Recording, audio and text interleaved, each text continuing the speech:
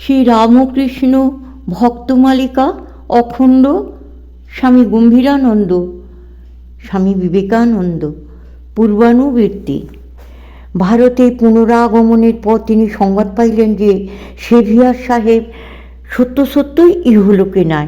অতএব সেভিয়ার গৃহিণীকে সান্ত্বনা দানের জন্য হিমালয় করে আলমোড়া জেলার অন্তপাতি মায়াবতীতে যাওয়া তাহার প্রথম কর্তব্য বলিয়া বোধ হইল। তখন প্রচণ্ড শীত, চারিদিক তুষারাবৃত। তথাপি সমস্ত কষ্ট সহ্য করিয়া তিনি তথায় গমনপূর্বক সেভিয়ার পত্নীর সহিত সাক্ষাৎ করিলেন এবং 3 জানুয়ারি হইতে 18 জানুয়ারি পর্যন্ত সেখানে অবস্থানের পর 24 জানুয়ারি মঠে ফিরিয়া আসিলেন। মঠে 2 মাস ব্রহ্মচারীদের শিক্ষাদান, মঠ পরিচালনা, অতিথি অভ্যাগতদের সহিত সদালাপ ইত্যাদিতে অতিবাহিত হইলে স্বামীজি 18 মাস পূর্ববঙ্গ যাত্রা করিলেন। ঢাকায় তাহার 2টি বক্তৃতা হইয়াছিল। ঢাকা হইতে তিনি ঈশ্বর চন্দ্রনাথ ও ঈশ্বর কামাখ্যা দর্শনে যান এবং তথা হইতে শিলংয়ে উপস্থিত হন। স্বামীজির শরীর তখন বহুমূত্রাদি রোগে শোচনীয় অবস্থাপ্রাপ্ত হইয়াছে।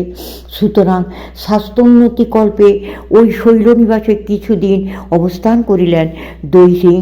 দৈহিক অসুস্থতা সত্ত্বেও জনসাধারণের আগ্রহে তাকে এখানেও একটি বক্তৃতা দিতে হইয়াছিল।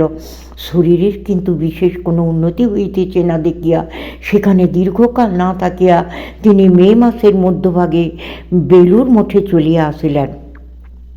1901 খ্রিস্টাব্দে অক্টোবর মাসে স্বামীজির আগ্রহে বেলুর মঠে প্রথম প্রতিমায় ঈশ্বর দুর্গাপূজা হইল। ইহাতে একদিকে যেমন স্বামীজির মাতৃপূজার আগ্রহ চরিতার্থ হইল, অপরদিকে তেমনি নিষ্ঠাবান হিন্দু সমাজ জানিল যে বিদেশ প্রত্যাগত বিবেকানন্দ স্বধর্মচ্যুত হন নাই, কিংবা তৎপ্রতিষ্ঠিত মঠে প্রাচীন পন্থার সহিত সম্বন্ধহীন কোনো অভিনব ধর্মমত প্রতিষ্ঠিত হইতেছে না। ওই বৎসরের শেষ ভাগে জাপান হইতে শ্রীযুক্ত ওডা ও ওকাকুরা নামক 2 জন কৃতবিদ্য ও প্রতিপত্তিশালী ব্যক্তি ভারতে আসিয়া স্বামীজিকে জাপানে একটি ধর্মসভায় যোগদানের জন্য অনুরোধ জানাইলেন। পরন্তু মানসিক উৎসাহ থাকিলেও শারীরিক অক্ষমতা নিবন্ধন স্বামীজি সঠিক কিছু না বলিয়া আগ্রহ মাত্র প্রকাশ করিলেন। ওকাকুরা তাহার সাহচর্য লাভের জন্য কিয়ৎ মঠে বাস করিলেন এবং অতঃপর বুদ্ধগয়া দর্শনে উৎসুক হইয়া স্বামীজিকেও সঙ্গে যাইবার জন্য আমন্ত্রণ করিলেন। ইহার পূর্বেই স্বামীজির কাশীধামে যা স্থির হইয়াছিল বলিয়া তিনি জাপানিদের সহিত প্রথমে গয়াধামে গেলেন এবং তথা হইতে বানারসি ক্ষেত্রে উপনীত হইলেন। এখানে ওকাকুরা স্বামীজির নিকট বিদায় লইয়া তাহারই ব্যবস্থা অনুসারে ও তন্নির্দিষ্ট সঙ্গীত সহায়তায় ভারত ভ্রমণে নির্গত হইলেন। কাশীধামে স্বামীজির অবস্থানের সুযোগে ভাবী 2টি আশ্রমের সূত্রপাত হয়। জনৈক ধর্মপ্রাণ ব্যক্তি বেদান্ত প্রচারের জন্য কিছু অর্থ প্রদান করেন।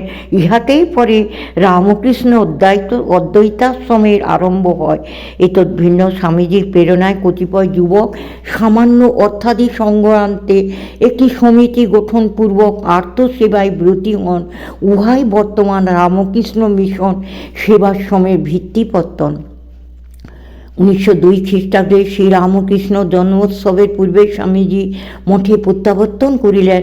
শরীরের অবস্থা তখন ভয়াবহ, তথাপি তখনও উৎসাহ উদ্যমের বিন্দুমাত্র হ্রাস নাই। তিনি আর 4 মাস মাত্র ইহধামে ছিলেন, কিন্তু ইহার প্রতিটি দিন ছিল স্মরণীয় ঘটনায় পরিপূর্ণ। প্রতি মুহূর্ত শিক্ষাপদ, প্রতিক্ষণ এই জগৎবরেণ্য মহামানবের সোনার কাঠিপর্শে সঞ্জীবিত। দেহত্যাগের প্রায় 1 সপ্তাহ পূর্বে ইচ্ছামৃত্যু নর ঋষি সশিষ্য স্বামী শুদ্ধানন্দকে একখানি পঞ্জিকা আনিতে বলিলেন এবং আলোচ্য দিবস হইতে আরম্ভ করিয়া পঞ্জিকাখানির কয়েকটি পাতা উল্টাইয়া উহা স্বকক্ষেই রাখিয়া দিলেন। ইহার তাৎপর্য প্রথমে ভক্তদের বুদ্ধির অগোচর থাকিলেও দেহ ত্যাগান্তে স্মরণ হইল যে শ্রী রামকৃষ্ণও একদা ঐরূপই করিয়াছিলেন। অমরনাথ হইতে ফিরিয়া স্বামীজি সহাস্যে বলিয়াছিলেন, বাবা, ঈশ্বর অমরনাথ আমার ইচ্ছা মৃত্যু বর দিয়াছেন। এই রূপে আরও বহুবার তিনি স্বীয় আশু দেহত্যাগের ইঙ্গিত দিলেও প্রিয়জনের বিরহ চিন্তায় অপারগ ভক্তবৃন্দের মন তাহা অন্য অর্থেই গ্রহণপূর্বক বুঝিয়াও বুঝিতে চাহিল না যে সিদ্ধ সংকল্প দেব মানব আপন কার্য সমাপনান্তে সত্যই বিদায়ের জন্য প্রস্তুত হইতেছেন। 4 জুলাই শুক্রবার 1902 খ্রিস্টাব্দ উত্তর আমেরিকার স্বাধীনতার পুণ্যতিথি প্রাতে চা পানের আসরে কতই আমোদ আহ্লাদ চলিল। তাহার পরদিবস শনিবার ও অমাবস্যা, সুতরাং স্বামীজির মনে সেদিন ঈশ্বর শ্যামা পূজার সংকল্প উদিত হইল এবং তখনই স্বামী রামকৃষ্ণানন্দের পিতৃদেব তথায় আগমন করায় স্বামীজি সানন্দে তাঁকে ওই অভিলাষ জ্ঞাপনপূর্বক মঠবাসীদের পূজার আয়োজন করিতে বলিলেন। তদনন্তর ঠাকুরঘরে যাইয়া 8টা হইতে 11টা পর্যন্ত গভীর ধ্যানে কাটাইলেন। তথা হইতেই স্বামীজির অবতরণকালে স্বামী প্রেমানন্দ তাঁহার অস্ফুট বাণী শুনিলেন। যদি আর একটা বিবেকানন্দ থাকতো তবে বুঝতে পারতো বিবেকানন্দ কি করে গেল। খালি কিন্তু এমন শত শত বিবেকানন্দ জন্মাবে। অতঃপর তিনি শুক্ল যজুর্বেদের অংশবিশেষ ভাষ্য সহকারে স্বামী শুদ্ধানন্দকে পড়াইলেন।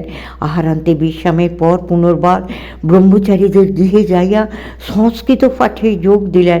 বৈকালে স্বামী প্রেমানন্দের সহিত বেলুড়ের বাজার পর্যন্ত বেড়াইয়া আসিলেন এবং জানাইলেন যে তাঁর শরীরের অবস্থা উত্তম। ওই ভ্রমণকালে একটি বিদ্যালয় স্থাপনের আগ্রহ প্রকাশ করিলেন এবং ওই বিষয়ে প্রেমানন্দের সহিত সুদীর্ঘ আলোচনা করিলেন। পরে সন্ধ্যায় মঠে প্রত্যাগমন পূর্বক সকলে কুশল সংবাদ জিজ্ঞাসান্তে নিজ কক্ষে প্রবেশ করিলেন এবং সেবকের নিকট হইতে মালা চাহিয়া লইয়া তাহাকে বাহিরে যাইতে বলিলেন। পরে ভাগীরথী মাথার দিকে মুখ ফিরাইয়া ধ্যানে মগ্ন হইলেন। 1 ঘণ্টা অতীত হইলে তিনি সেবককে ডাকিয়া বাতায়নগুলি খুলিয়া পা টিপিতে ও হাওয়া করিতে বলিলেন। এইভাবে 1/2 ঘণ্টা অতীত হইলে তিনি দীর্ঘ নিঃশ্বাস ত্যাগ করিলেন। 1 মিনিট পরে আবার ওইরূপ নিঃশ্বাস পড়িল। তারপর তিনি ক্লান্ত শিশুর ন্যায় জগজ্জননীর করে চির সমাধিতে নিমগ্ন হইলেন। স্বামী বিবেকানন্দ প্রভৃতি সকলে আসিয়া দেখিলেন তাহার মুখমণ্ডল জ্যোতির্ময় ও বিস্ফারিত নেত্রদ্বয় তেজঃপূর্ণ। সমাপ্ত।